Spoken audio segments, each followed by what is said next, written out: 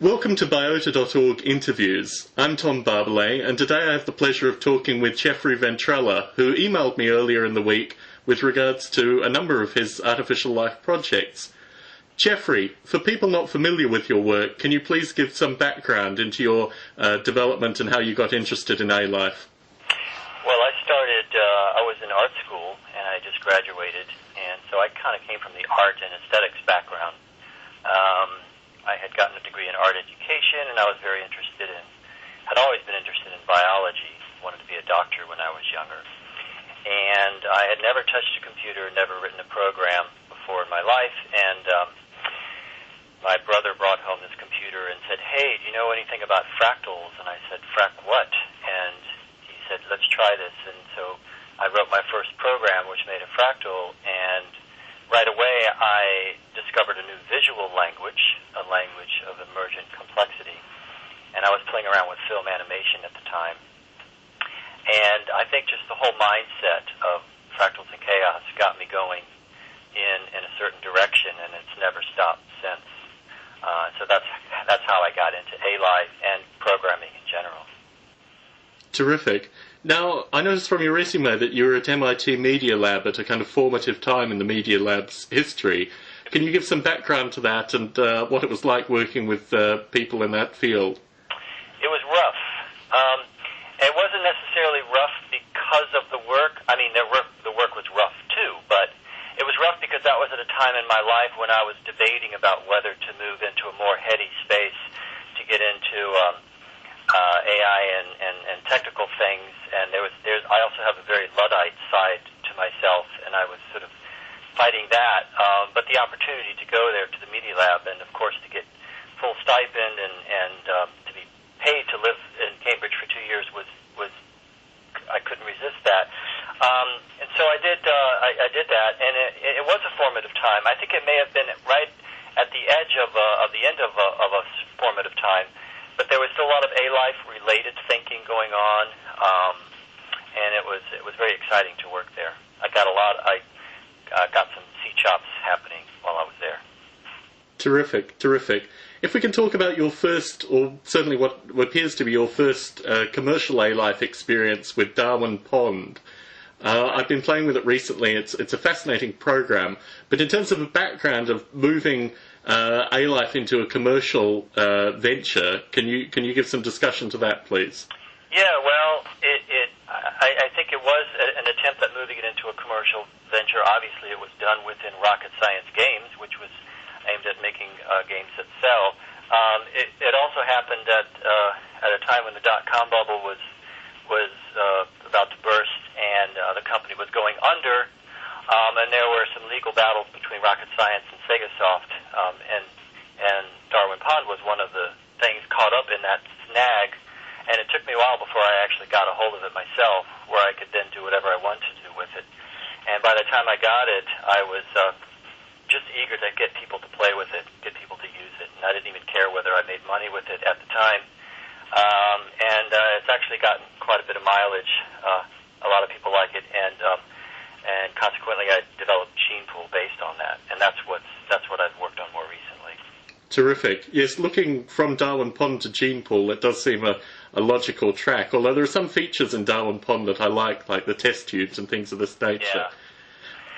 Those take advantage of some Windows hackery that just a little bit outside my vocabulary. I would like to add some features like that to make it more user friendly. This is an interesting point, actually. From your email earlier this week, I emailed the Gene Pool link onto a number of A-Life folk and extended game folk because I thought it was very cool, particularly the user interface components, some of which have come from Darwin Pond. But the feedback that I got in particular was the question, why isn't Gene Pool open source? Can you give some background to that? I don't really have an answer to that. It's still something that I'm working on, and I consider it an incomplete work of art.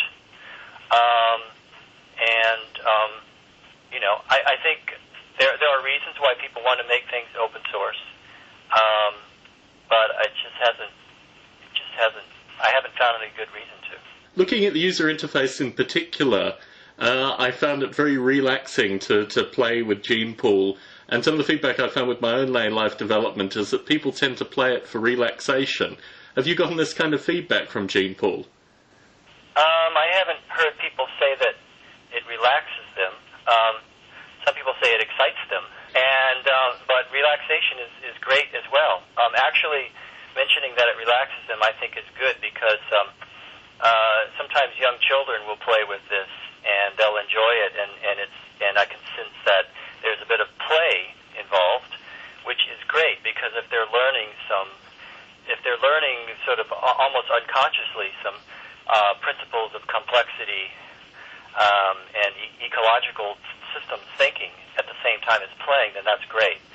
So I think if it's a relaxing activity, then I think that's great because something is happening in the background. In terms of the feedback that you've received from Gene Pool, what kind of user feedback have you received that has actually assisted in the development? I've got lots of feedback.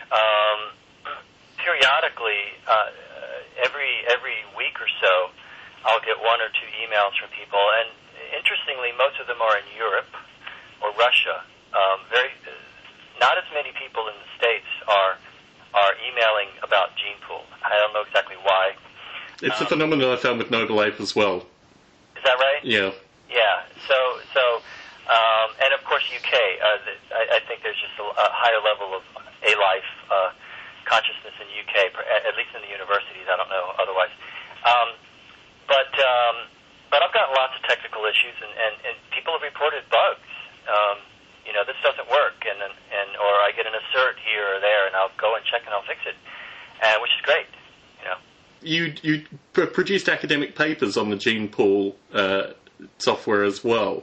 Yeah. You were at A-Life 10 recently. Can you give some background to A-Life 10 and what you found there? Well, it was the 10th annual, obviously, and it was they've held the conference every 2 years, so it's actually 20 years since the beginning. I was kind of shocked to hear that. Everybody was, actually, even though we knew it. That this tradition has been going on for 10 years. There are people who there's a very strong desire among many people in A-Life to make A-Life legitimate for biologists, so that they want the nod from the biology community, which I think is good. And I think there are other people in the A-Life community who don't want as much of a nod from the biology community, and they want to keep things abstract and theoretical. I think that debate is still going on. It probably should always go on because it's an interesting aspect of A-Life. But it was fun. It was really great meeting different people and being part of the scene. Now, did you give a paper on gene pool, or did you just submit a paper? No, at this conference I didn't give a paper on gene pool. I gave a paper on a new technique that I came up with, emerging gliders in cellular automata. So I had been playing around with CAs, just like probably most other people in this area, and I had wondered about gliders. I created an interactive breeding program where you could sort of use this interface to give fitness functions for a genetic algorithm which runs in the background. And you don't even realize that there is a genetic algorithm running in the background. But what happens is as you continually rank these CA, gliders start emerging, which is a consequence of clicking on the CA that are the most interesting. And that led me to wonder about the nature of motion and how we perceive motion. And I started writing convolution filters and various techniques for extracting different image objects, fuzzy objects. Turns out that using a particle swarm is much simpler and much more efficient way to track motion. And other people have been finding this out as well in tracking motion of objects in video sequences and so forth. But what made it most interesting is the stigmergic aspect of how this particle swarm and the CA become two agents in an ecosystem, if you will.